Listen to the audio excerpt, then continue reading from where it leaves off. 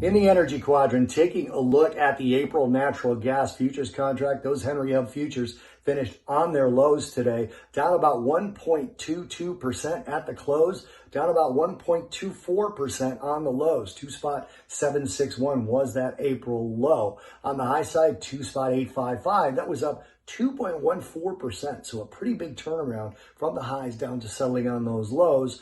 Milder weather has been part of the reason that you've seen 3 of the last 5 sessions lower, with 3 consecutive sessions being lower now. With light national demand, that's going to move to a mix of light to moderate based on the upcoming weather.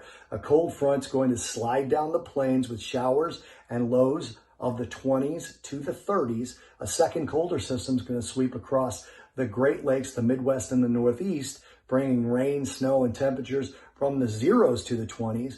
And high pressure is going to build across the central, southern, and eastern U.S. this weekend, with highs from the 50s to the 70s. All of this combined is going to move that light demand to kind of a mix of light to moderate. So that's what we're looking at from a weather demand perspective. Now, volatility has been falling in the natural gas contract as well. If you look at the CVOL natural gas index that the CME uses, or that the CME created, and you can now get on the CME's website, you'll see that natural gas volatility kind of matched the short-term seasonality that we see. You're seeing volatility falling. It fell as much as 30% from a couple of little spikes we saw in the volatility during that great freeze in those southern states. And then it tapered off right around the time, which is the end of February, where you get a little blip in steady to slightly lower seasonal prices on natural gas. So that kind of matches up, and it happened to work out based off of where those spikes were on the CVOL index right around the time of that freeze. You can get those at the CME Group's website.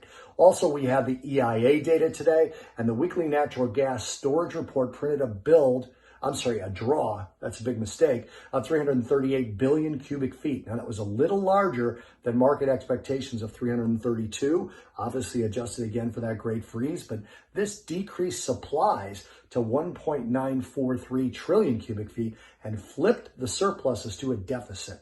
Plus 57 billion cubic feet was the surplus. Now it's 161 billion cubic feet in deficit. This was the second largest draw on record. Next week, obviously, should bring a much smaller draw, but still larger than the 5-year average.